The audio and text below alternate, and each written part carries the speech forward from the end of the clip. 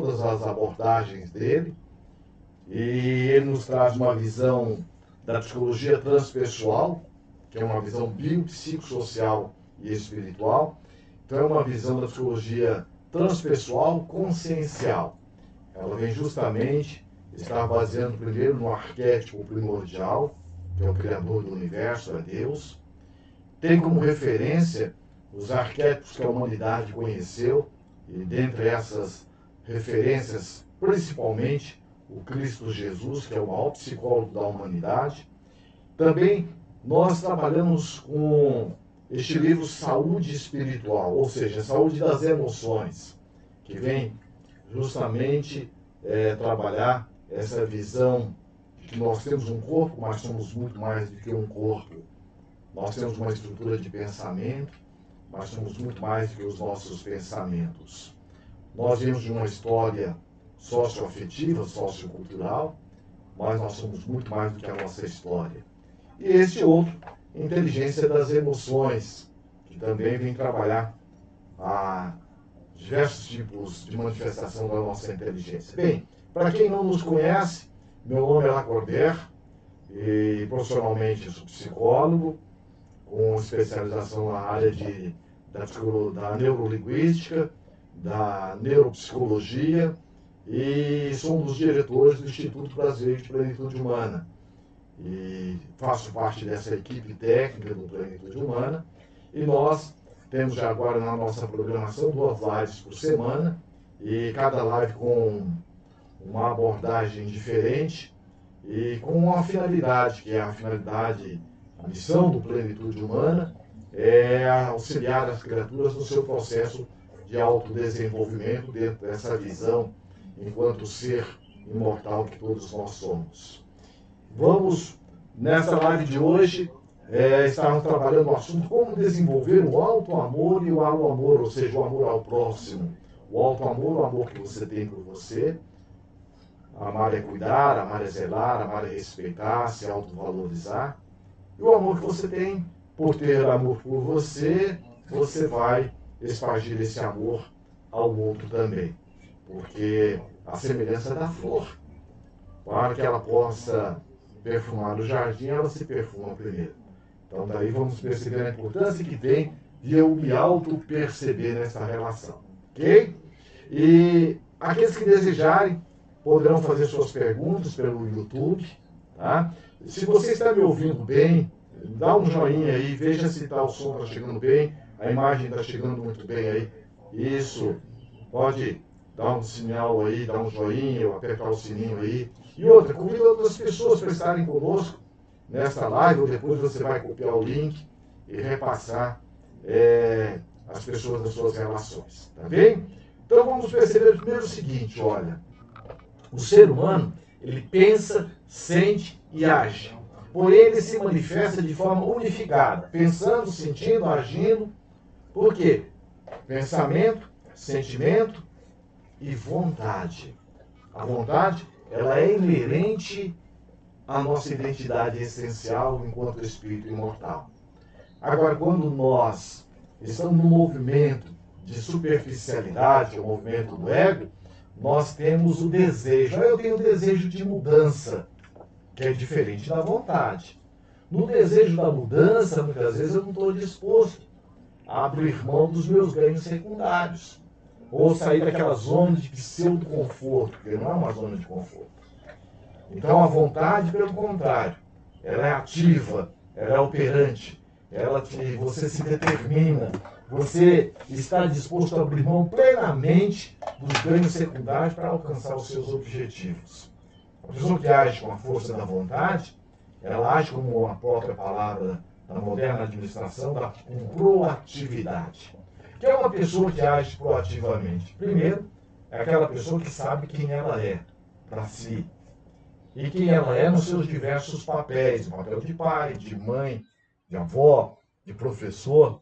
Então ela age de uma forma muito proativa, ok? Olha, a equipe aqui já está preparado já para receber as suas perguntas, tá bem? Nós vamos fazendo a exposição e à medida que forem surgindo as perguntas, a equipe vai estar nos repassando e nós vamos respondendo à medida que você for manifestando as suas perguntas, tá bem? Vamos fazer um trabalho interativo. Veja, é impossível pensar sem sentir e sem querer realizar uma ação.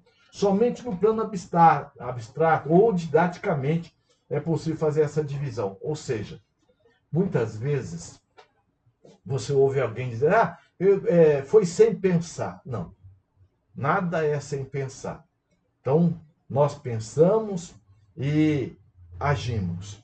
Então, tem aquele pensamento que você pensa, mas não pensa que pensa e continua pensando. Ou seja, aquele pensamento que de tanto você tê-lo, ele cai no piloto automático, fica num nível subconsciente. Então, o processo para que você possa tornar uma pessoa autoconsciente, proativa, é fundamental o autoconhecimento.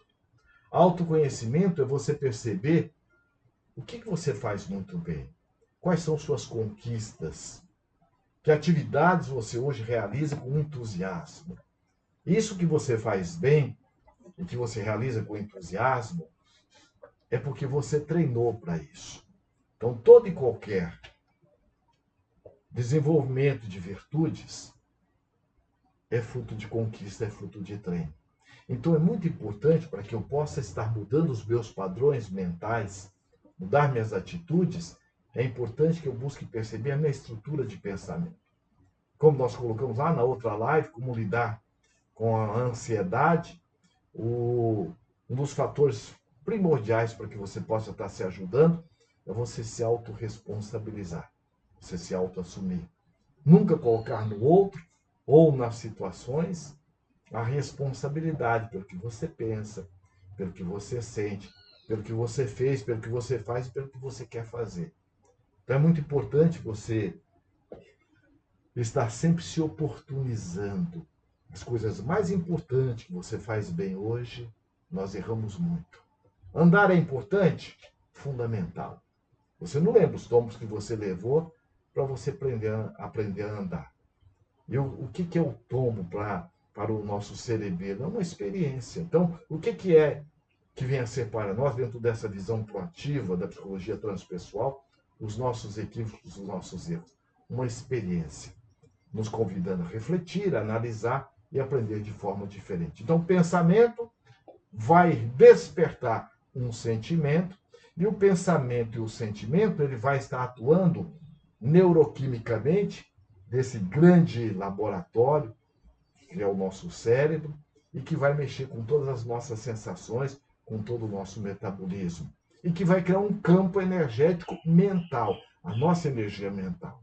Então, quando eu estou com raiva, e a raiva é um conflito, como nós vimos na live passada, como lidar com crise, que de ilusão de controle, primeiro, entre o real e o ideal. Entre aquela pessoa que hoje eu tenho um comportamento, atitudes, e que eu estou, e aquele que realmente eu quero ser. E muitas vezes nós nos cobramos algo daquilo que nós ainda não trabalhamos para isso. Então é muito importante nós estarmos autoacolhendo, que aliás é uma atitude de auto-amor. E esse conflito vem justamente dessa ilusão de controle. Nós temos 3 ilusões de controle que são muito fortes em nós. A ilusão de controle do outro, às vezes eu quero mudar o outro, ninguém consegue, porque ninguém é de ninguém. Você tem todo o poder do mundo. Por isso que tem um outro postulado. Todo poder, ele é autoconcedido, ou seja, você tem todo o poder do mundo sobre você mesmo. Ninguém é capaz de fazer suas escolhas. Muitas vezes a pessoa diz assim, olha, eu fiz a escolha porque o outro fez. Não é verdade. Existe a lei de liberdade e a lei de responsabilidade no universo. Nós estamos regidos, dentro dessa visão da psicologia transpessoal consciencial, por um conjunto de leis. Isso nos esclarece. Leis físicas, químicas, biológicas, mas nós, enquanto seres humanos, não seres humanos, nós somos regidos por um outro conjunto de códigos morais. Esses códigos morais são as leis da ética, a lei da fraternidade, da amabilidade e assim por diante. Então tem uma lei chamada lei da permissão. Eu, certa feita, atendi um senhor, 56 anos, advogado, Ele dizia assim, eu não gosto da minha profissão. Aliás, eu fiz direito, foi por causa do meu pai. Isso para ele, bem dizer. Mas tudo que eu tenho foi o direito que me deu. Aliás, eu tenho um escritório em cada capital. Tem um avião que me leva uma vez por semana em cada capital. Mas eu não gosto do direito. E até mesmo no meu casamento eu não sou uma pessoa feliz. Eu casei porque a minha esposa ficou grávida. E eu perguntei, quantos anos de casado você tem? 30 anos. Casou aos 26. E eu perguntei para ele, por que você casou? Porque ela estava grávida. E por que você você se obrigou a casar com ela porque ela estava grávida? Há quanto tempo você a namorava? Há 3 anos. E por que você não a deixou? Claro que eu não podia deixá-la. Primeiro porque pela situação, e não porque eu gostava dela, gostava, olha aí. Né?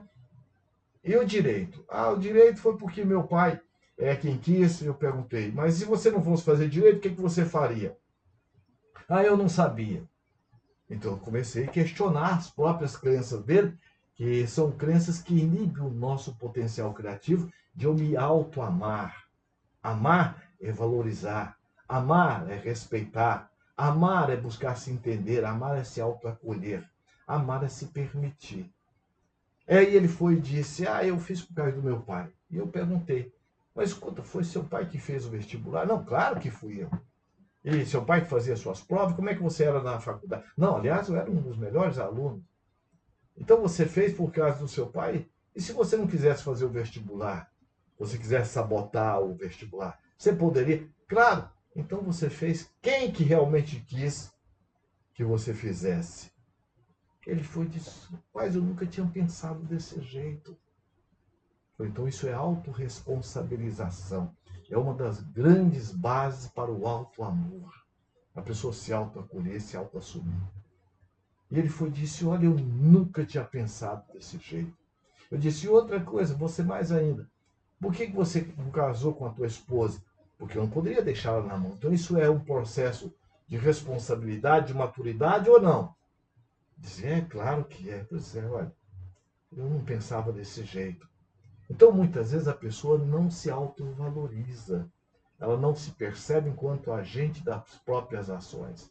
Então é muito importante que nós busquemos refletir, olha, pensamento ele é a base da energia mental. Ela é resultado daquilo que pensamos sobre o mundo, sobre a vida, sobre nós mesmos. E mais, esse pensamento evoca um sentimento que gera uma ação por meio da vontade. E eu posso deturpar e levar para o desejo. Então, muitas vezes a pessoa diz, olha, eu tenho desejo de melhorar o meu casamento, mas não tenho a vontade. Primeiro que nós vimos, aliás, nós vamos trabalhar isso, nós trabalhamos como melhorar o seu relacionamento afetivo. Casamento não é fusão de identidade.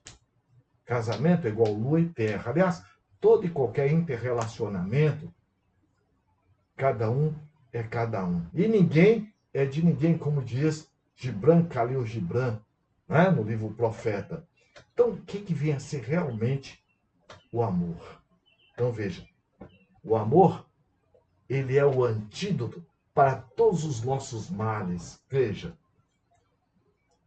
o alimento para as nossas almas, que emana do Supremo Criador para com todo o universo.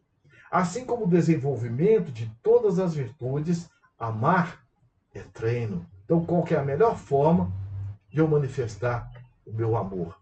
Treinando. Por isso que a vida em sociedade, ela é fundamental e começa na família. A família é a célula máter da sociedade, como diz o professor Hermógenes.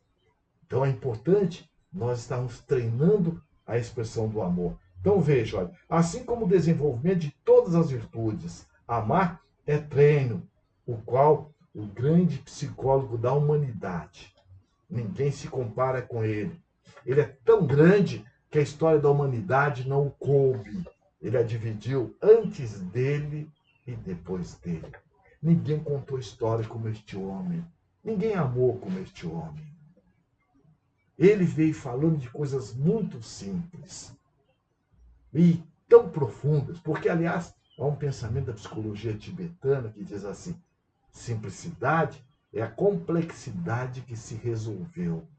Pessoas que se auto-amam, que se autovalorizam, que se autorrespeitam, são pessoas centradas em si. E elas têm também uma visão enquanto ser social.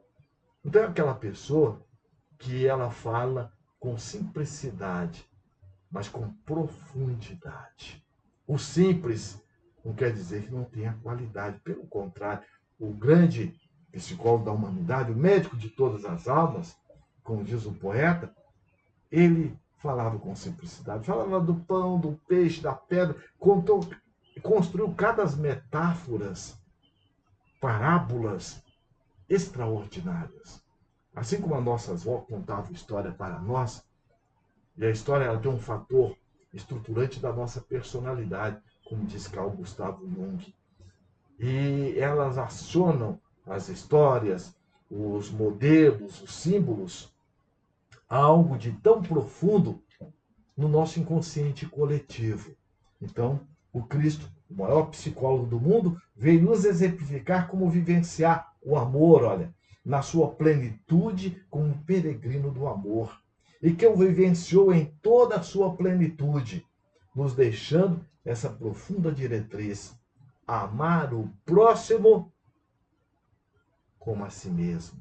E às vezes nos nossos seminários, nós vamos às vezes apresentar, o pessoal diz assim, mas isso aí não seria egoísmo? Às vezes nós perguntamos, quem que é a pessoa mais importante da sua vida?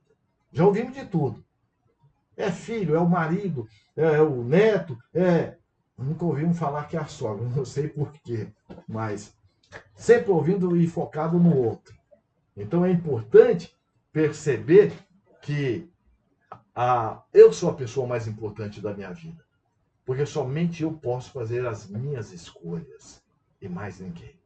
Então, dentro dessa perspectiva, é muito importante você se autovalorizar, você se autorrespeitar. Então, isso é o auto-amor. O amor que você tem por você. Então, o grande psicólogo da humanidade já colocou amar o próximo como a si mesmo. Por quê? Como é que eu posso amar alguém se eu não estiver me amando? Como é que eu posso ensinar inglês para alguém ou matemática se eu não sei matemática, não sei inglês? Então, é importante que a pessoa se auto-ame. O que seria amar? Amar é cuidar. Amar é zelar. Amar é se auto-respeitar. Amar é se auto-acolher. Como o exemplo dele do advogado. Veja, uma pessoa que não se percebia, ele fazia. E muitos de nós estamos numa fazição de coisas. E não nos fazemos com aquilo que estamos fazendo. Neste momento agora de pandemia, que independe da sua condição financeira, independe do seu estudo, independe de todo o seu conforto, esse vírus, ele visita desde que ele está lá naquele barraquinho, como o primeiro-ministro da Inglaterra, como qualquer um de nós. Ele vem mexer com a nossa vulnerabilidade. Ele vem nos convidar a refletir que você é um ser humano, não um ter humano. Porque quando eu me trato enquanto aquilo que eu tenho, ou que eu faço, isso gera um vazio existencial. Como já dizia Viktor Frankl, esse grande psicólogo que foi para um campo de concentração em Auschwitz, ele diz assim, você é o próprio sentido da sua vida. Então a pessoa que se auto-ama, ela se percebe, ela se valoriza. E foi justamente o que o Cristo Jesus, não aquele que está na cruz.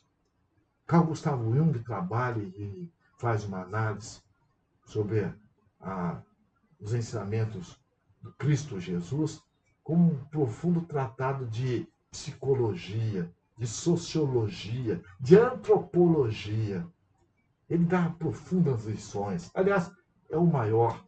Tanto é que a história da humanidade não coube, como diz esse grande historiador francês, que vem justamente colocar que ele é o maior referência, né, para todos nós. Muito bem. Então, o que acontece conosco quando eu não me auto-percebo? Quando nós falamos na live, como melhorar nosso relacionamento afetivo, nós vimos aqui, olha, por eu não me perceber, eu entro numa deficiência de auto-amor. E nessa deficiência de auto-amor, ninguém foi criado para ficar vazio. Então, veja, quando eu não me percebo, quando eu não me valorizo, eu vou buscar no outro. E quando eu busco no outro, pela minha deficiência de auto-amor, eu fico no vazio existencial. É como se eu estivesse afogando, passou uma madeira e eu segurei naquela madeira. Aí o que acontece? Eu me apego a essa madeira como se ela fosse toda a minha solução. Mesmo que eu encontre alguém que está ali a alguns metros e fale, olha, larga essa madeira, nada, só 2 metros para você chegar aqui, eu fico inseguro. E se eu afogar de novo? Então, por trás dessa nossa insegurança, tem uma história, tem um episódio, tem uma situação muitas vezes traumática, não trabalhada, não respeitada. E muitas vezes vem lá da nossa primeira infância ou da segunda infância, quando nós começamos a formar as bases da nossa personalidade. Então isso traz uma energia repulsiva, porque a pessoa fica como? Olha, fruto da insegurança, e às vezes eu não me dou conta disso, porque eu não estou me percebendo como sendo a fonte do meu auto-amor. Então o que acontece? Eu vou estar agora num movimento de codependência, que é o movimento de buscar o amor no outro. Por isso que eu fico apegado ao outro. Eu tenho medo de perder. Fico numa insegurança. Nós estamos vendo aí nessa questão da pandemia, a maior parte de nós, nessa síndrome que nós estamos, de ansiedade, de depressão, de medo, de insegurança, vem da ausência da autopercepção de nós mesmos. Porque ninguém está jogado no mundo. O maior amor que vem e que nós estamos mergulhados nele é o amor do Criador do Universo. Esse amor que faz com que, quando você coloca uma semente na terra, ela troca nutrientes e suja a árvore que estava ali dentro. Então, se você está fazendo tudo aquilo que a Organização Mundial de Saúde está orientando, ou os profissionais, por que temer? Então, o que nós tememos é fruto da nossa insegurança em todo o processo. Então, o auto-amor é justamente você se autoconfiar. O que acontece com isso? Eu entro num profundo energia repulsiva, pois a pessoa se torna dependente, pegajosa e não há troca de energia. O que isso gera? Gera justamente o quê? O apego, o ciúme, o medo, a insegurança, a ansiedade, vem tudo daí. Então, o que é importante? Nós estamos trabalhando. Eu pergunto para você, você foi criado para ficar com sede o tempo todo ou para ter sede? Então nós vamos perceber que nós fomos criados para ter sede. Você foi e tomou água. O que acontece? A sede vai embora, mas volta? Volta. Da mesma forma é a sede de auto-amor. É a sede psíquica, é a sede emocional. Só que a fonte está dentro da gente. Por amor, a divindade nos dotou desta fonte. Só que quando eu não me auto-percebo, eu vou buscar no outro. Isso gera a nossa grande dificuldade. Tiago, tem pergunta aí? Qual que é? Ok. Olha, pode continuar fazendo as perguntas aí pelo YouTube, tá? Nossa equipe está aqui à disposição para estar nos repassando as perguntas. Ok? Qualquer dúvida que você tiver, olha, tá? Pode estar colocando. Tudo bem? Bem compreensivo aí? Ok. Então vejamos que a importância que tem eu estar me auto-percebendo. Aqui eu estou numa carência. Mas a divindade, o dono do universo, não criou ninguém coitadinho, nem incapaz. Isso é muito importante. Por isso que todo poder ele é autoconcedido. Então, cada um de nós potencialmente são capazes. E outro, o único carteiro que não erra de endereço, qual que é? O do dono do universo. O que é seu não vai para a porta do vizinho. Então, existe uma lei do universo, como Carl Gustavo Jung coloca, que é o sincronismo do universo. Conforme você pensa, você cria um campo mental e você vai atrair. Então essa é a dificuldade que muitas vezes a gente tem de perceber. E quando a pessoa se auto-ama tanto que acaba sendo egocêntrica ou narcisista. Nós vamos falar sobre isso, tá? O amor, quanto mais você ama, melhor você se sente, mais bem você se sente. tá? O bem não faz bem, o bem não faz mal para quem está fazendo o bem, tá? O amor, quando a pessoa se auto-ama, nós vamos ver agora mesmo, ela não se sente mal, pelo contrário, ela vai se sentir cada vez melhor. Então, o egocentrismo e o egoísmo, outra coisa, nós vamos explicar agora mesmo, tudo bem? Muito bem.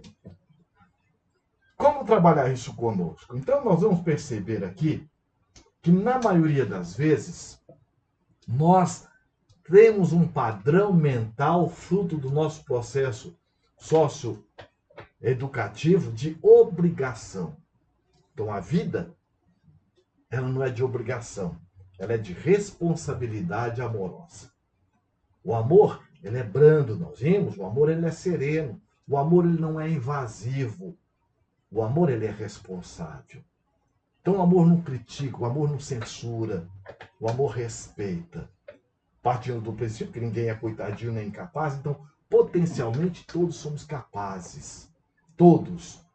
Então, o que é importante é nós estarmos trabalhando este potencial, desenvolvendo ferramentas.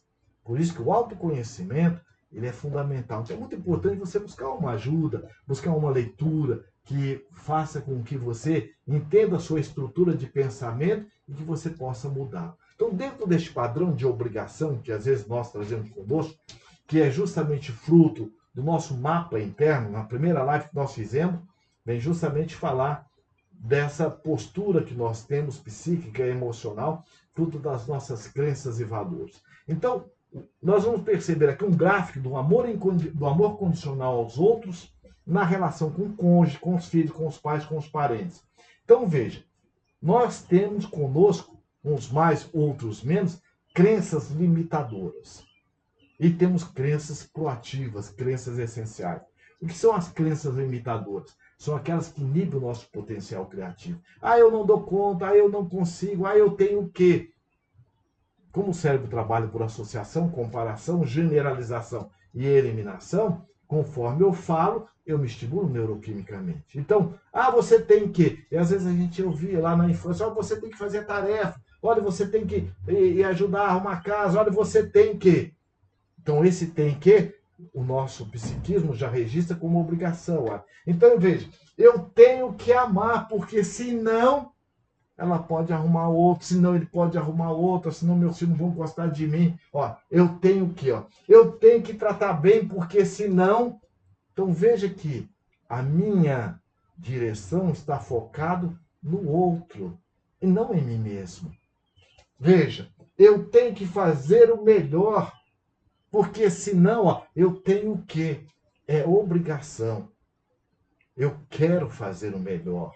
Eu posso fazer o melhor. Isso é bom para mim.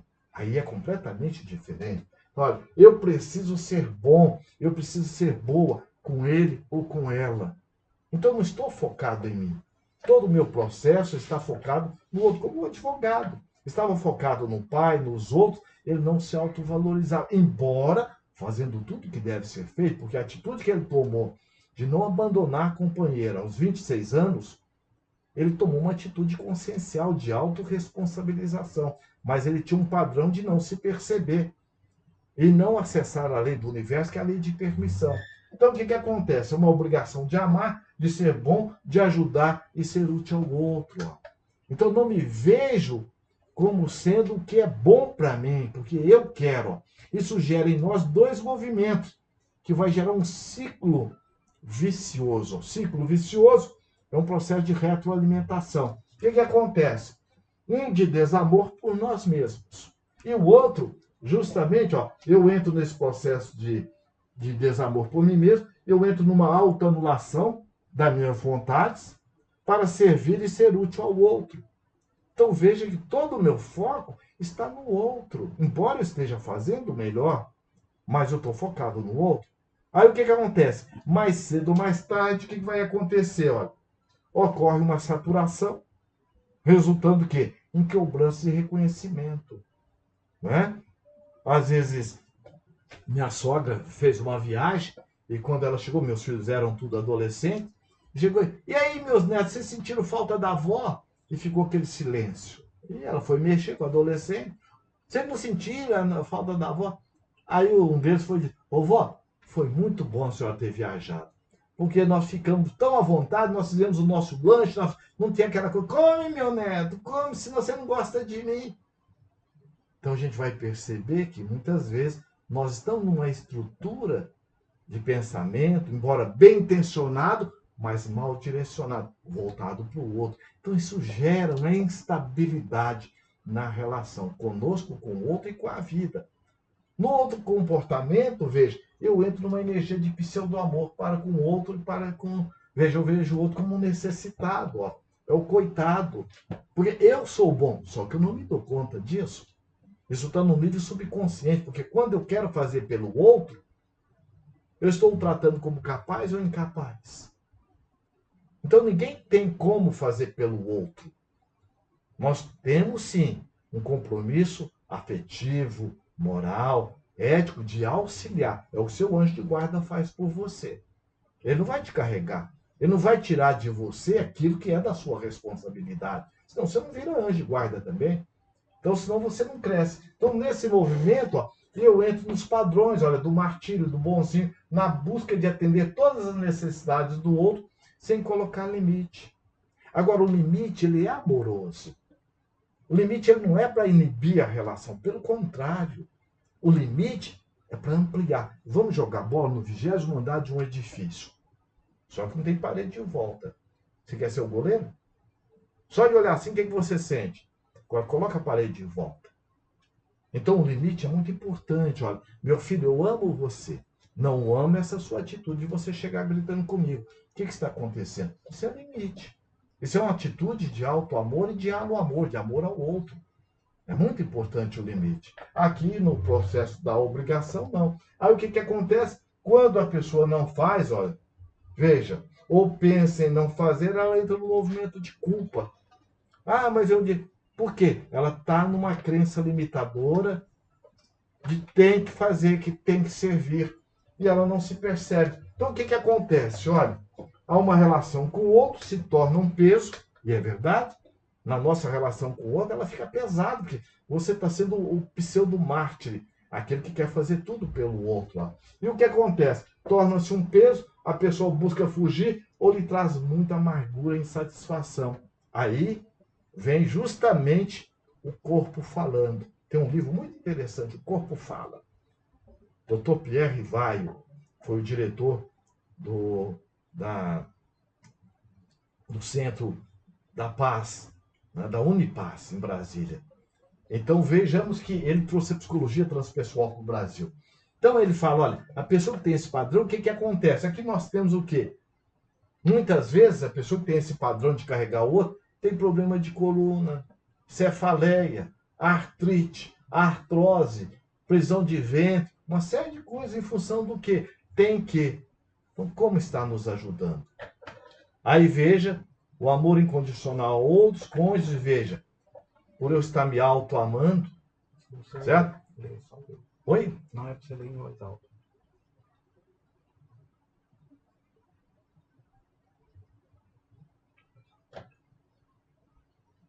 Se eu perguntar para todo mundo, todas as redes sociais, pode falar, pode perguntar. Ok. Tá, você falou, a equipe está dizendo que você pode fazer sua pergunta, tá? Por todas as redes sociais, tá? Além do YouTube, tá? E a equipe está preparada aqui para trazer as perguntas para nós, tá bem? Então, aí vem a resposta, tá? De quem fez a pergunta, a questão do egoísmo, né? Então, veja, ismo é culto ao ego. O que é o ego? O ego é tudo aquilo que é transitório na nossa vida. Desempenha um papel muito importante na estruturação da nossa personalidade. Então, o ego é o seu nome, a nossa posição financeira, são os nossos papéis, papel de pai, de mãe. Quando Gibran, Khalil Gibran diz assim, mãe, teu filho não é teu filho, vem através de você, mas não de você, ele está nos ajudando a sair daquilo que é transitório para aquilo que é permanente. Então, o que é permanente está ligado ao ser essencial que nós somos. Ou seja, o que é permanente? Tudo aquilo que você vai levar quando você morrer. O que é impermanente? Tudo aquilo que você vai deixar aqui. Então, é muito importante os valores éticos e morais que você está investindo em você. A forma como você se relaciona afetivamente Isso você está investindo em você enquanto ser imortal.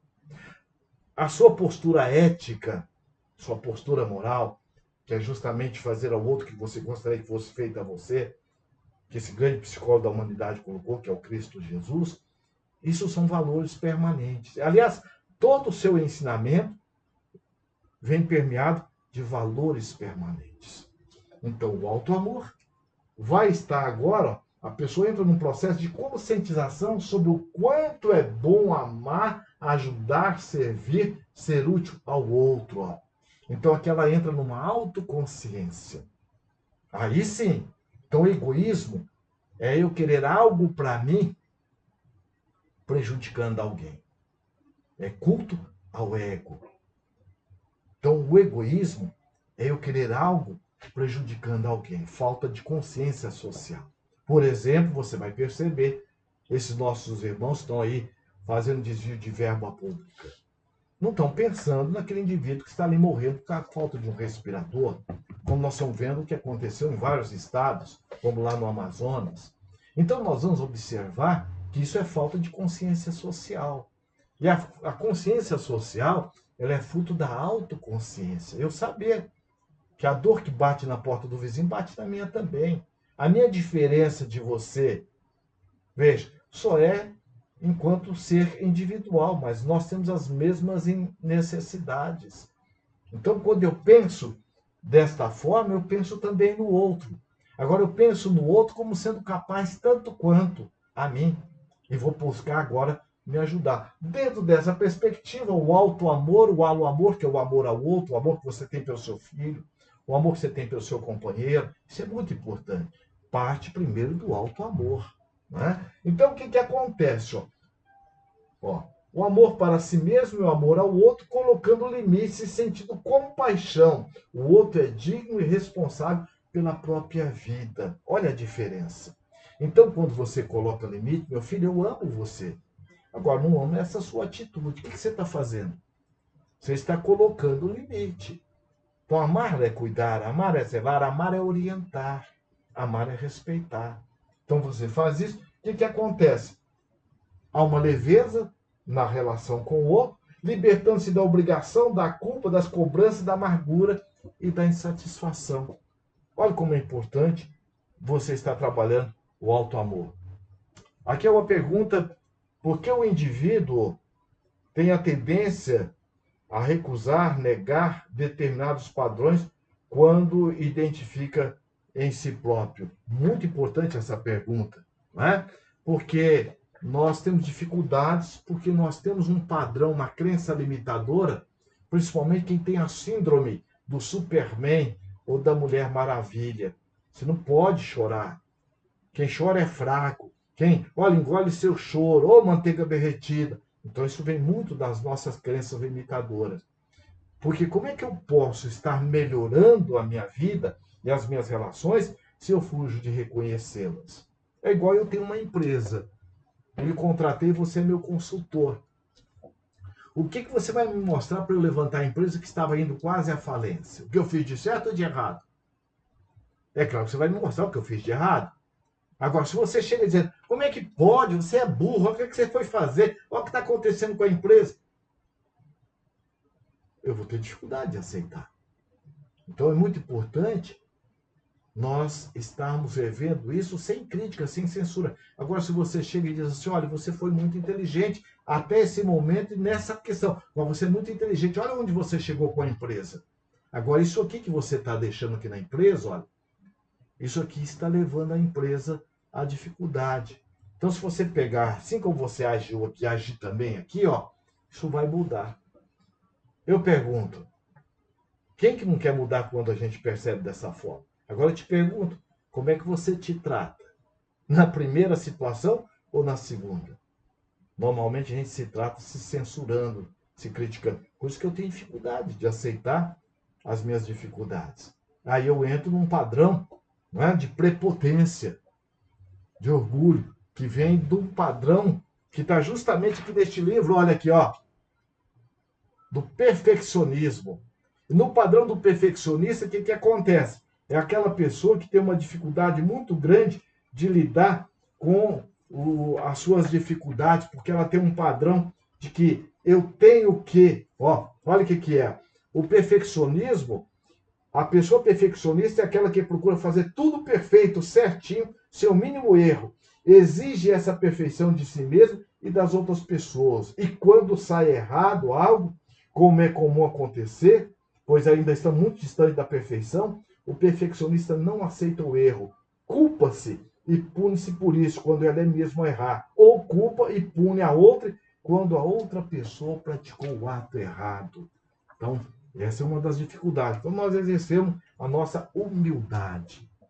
Tá? Buscar se humildar. Dentro dessa perspectiva, então, nós estamos vendo, olha, o alto amor vai gerar também o alo amor, porque se eu sei matemática, eu posso ensinar matemática. Se eu não sei, como é que eu vou dar do que eu não tenho? Tá? Como trabalhar esse grande medo de perder pessoas? Pois esse medo mantém em constante alerta e estresse constante. Olha, primeiro que a gente só perde coisas. Ninguém perde ninguém, porque segundo Gibran, Khalil Gibran, ninguém é de ninguém. Não é? Então, o que nós somos convidados, quando temos esse padrão, é nos trabalhar amorosamente. Está faltando eu na minha relação, ou seja, está faltando você se auto-perceber, se auto-valorizar, se auto-entender, se auto-compreender. Tá? Aí estamos como aquele advogado, ele fazia tudo certo, mas não desfrutava, porque é a lei de permissão. Tá bem? O outro não vai te fazer feliz, como também você não tem esse poder de fazer o outro feliz. Você se sentindo feliz, junto com alguém que também tem um padrão de se sentir feliz, você se potencializa. Porque você pode estar com o outro e não está se sentindo feliz, ou vice-versa. Você já esteve em algum lugar em que todo mundo estava feliz, alegre, menos você? Estava faltando quem nessa festa? Quem nesse lugar? Você. Embora você estava com você ali. Agora, você já teve também algum momento em que todo mundo estava não gostando, não assim meio triste, e você estava feliz. Por quê? Quem é que estava junto com você? Você mesmo, você é a sua melhor companhia. É com você que você vai andar pela eternidade. Ok? Muito bem. Agora, vinculação na relação com o outro baseada no amor. Olha, o alto amor nos leva ao amor. E aí sim, olha, em vez do egoísmo, eu vou desenvolver o espírito de solidariedade. A pandemia vem nos ajudar a despertar essa virtude da solidariedade.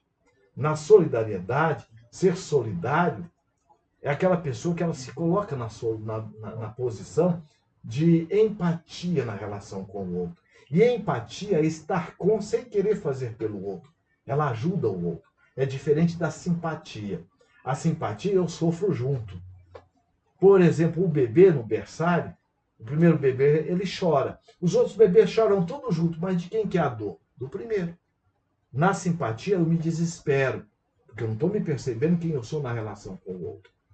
Diferente na empatia. Aí eu vou ter o espírito de solidariedade. Por isso, só sente solidão quem não é solidário. Isso é muito importante. Então você, nesse momento de pandemia, você pode fazer muito, pegar um telefone, ligar para alguém, usar o WhatsApp, mandar uma mensagem de gratidão.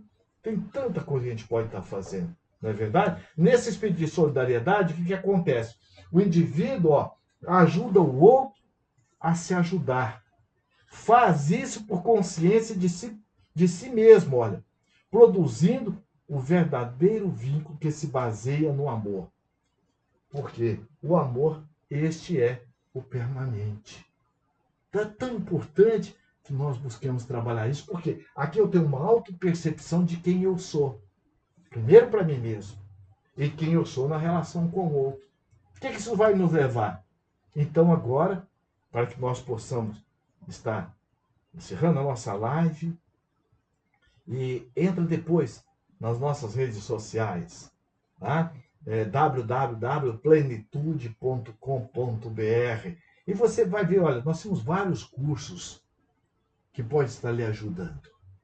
Nós temos, inclusive, já uma programação, nós vamos lançar agora, em março, o curso Saúde Emocional e Autotransformação. Nós vamos trabalhar isso aqui e muito mais. Tá? Uma oportunidade ímpar para que você possa se autopresentear e presentear alguém também. Tá? Porque é muito importante. Neste momento em que nós estamos de vulnerabilidade, é muito importante que você se autoajude. Porque esse momento pandêmico que a humanidade está passando, não veio criar em nós este medo. Como a pergunta que o companheiro fez. Veio acordar o medo que já tinha dentro de mim mesmo. Veio mexer com tudo aquilo que estava debaixo do tapete. Porque às vezes eu sou um daqueles. Que o meu foco era dar o melhor estudo para o meu filho. Ajudá-lo numa melhor profissão. E tudo isso eu já fiz. Então, o meu projeto de vida estava focado nele. E agora eu já aposentei. E agora, o que eu vou fazer? Então, eu não foquei em mim enquanto ser espiritual. Eu não foquei em mim enquanto sendo a pessoa mais importante da minha vida, com quem eu vou estar andando pela eternidade. Você já pensou nisso? O quanto você é importante para você mesmo? Então, isso é muito importante. Nós estamos agora ressignificando o nosso projeto de vida. Não importa, olha, não importa os dias que você tem pela frente, os anos de vida no corpo que você tem pela frente. O que importa é a qualidade de vida que você quer implementar nos anos que te resta. Porque, já dizia Sócrates, nós, enquanto ser pensantes, somos viajores do tempo. E que a vida na Terra é uma estação, é um aeroporto. Tem gente chegando, tem gente indo. Isso é inevitável. Agora, a viagem que você é convidado a empreender com você, essa é permanente. Não tem como você sair de você. Não tem como você ir a algum lugar e te levar. Tem. Tem como você terceirizar a sua vida para alguém vivê-la? Tem como você arrendá-la? Também não tem. Então, vamos desenvolver o auto-amor. Auto-amar é auto-cuidar, auto-valorizar, auto-respeitar. Eu fui fazer um seminário, Relações Afetivas, e nós trabalhando com melhorar a relação afetiva, que é uma das lives que nós temos, foi a primeira live nossa, se não me engano, ao término, se acercou de nós um senhor e disse assim, olha, eu sou o único filho. Minha mãe tem 82 anos. E eu sou meio que, já com uma certa idade, não é? Que a minha mãe me teve. E eu tenho comigo uma dor muito grande, porque muitas vezes eu tenho dificuldade de abraçar minha mãe. Minha mãe era aquela, ele falou, um sargentão. Meu pai já era mais maciota, meu pai era mais afetivo. Minha mãe não. Então, e meu pai faleceu, já tem o que, uns 20 anos, mas até hoje eu abraço minha mãe mais na época de aniversário, de festa, e mesmo assim, não é com aquela espontaneidade. Eu gostaria de abraçar minha mãe como eu abraço os meus filhos.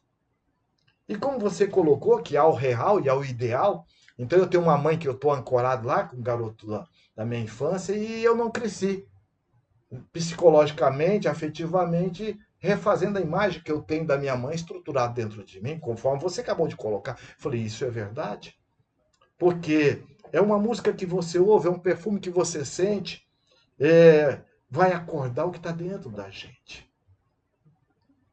E aí ele disse, mas eu vou mudar isso. E perguntou como que ele poderia fazer. Primeiro é treino, você vai treinar. Treina abraçar sua mãe, treina falar que você a ama, tenta dizer para ela que o quanto que você a percebe valorosa na sua vida, que você tem muito dela em você. Ela disse, não, isso é uma realidade, isso é uma verdade.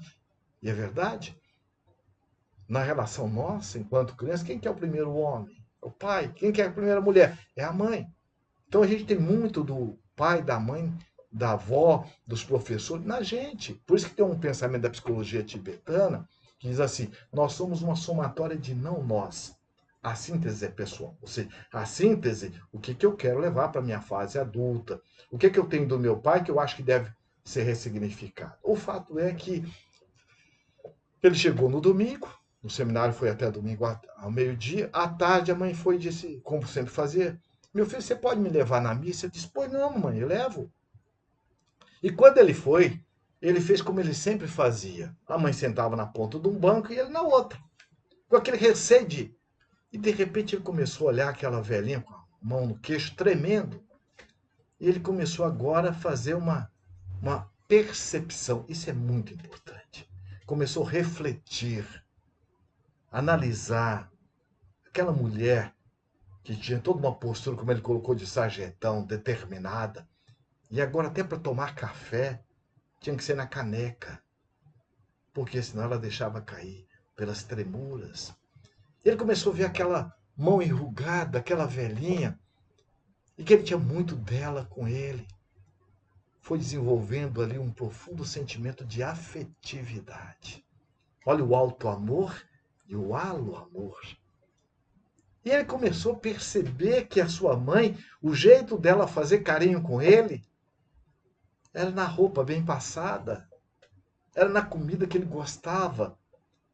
A mãe dele não tinha o hábito de colocá-lo nos braços, abraçar e botar no colo. Não tinha. Quando ele, pelo menos, não lembrava.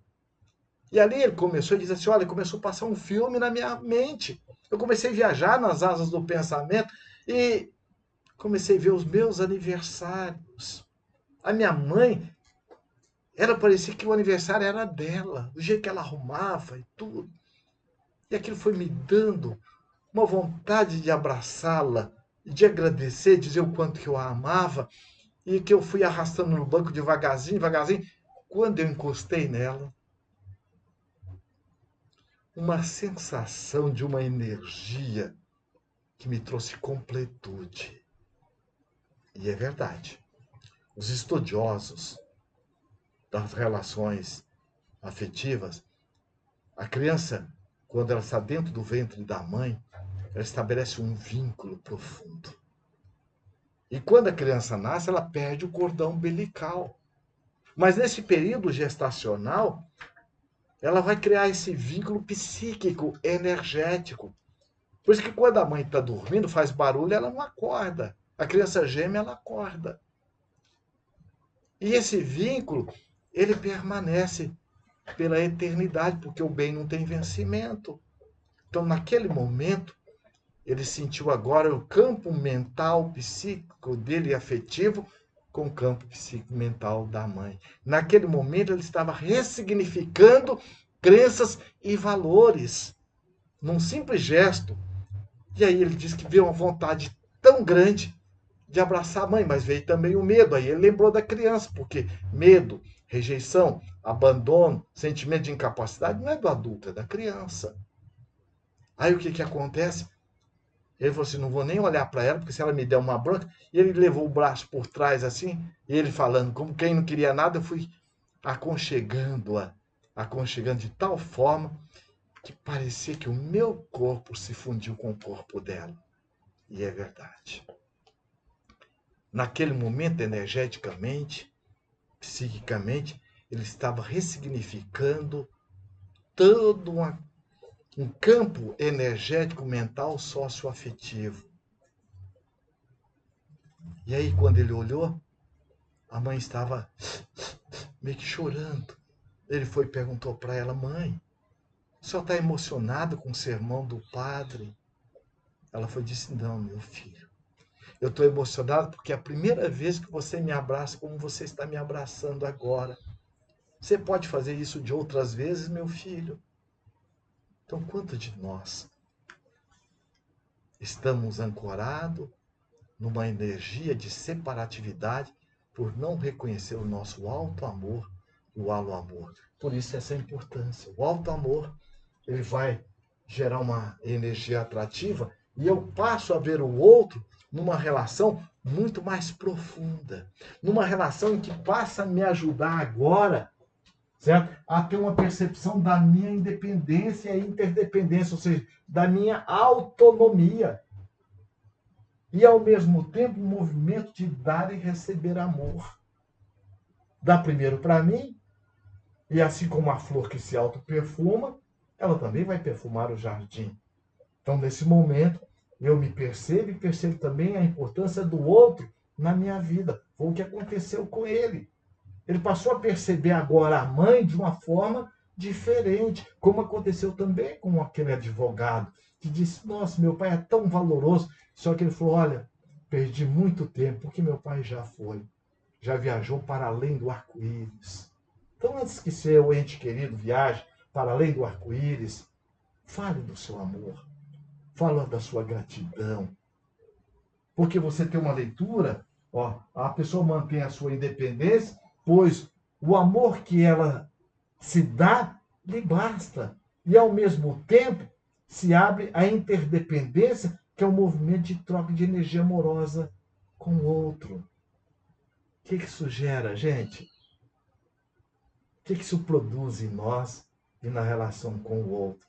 Autoconfiança e confiança no outro.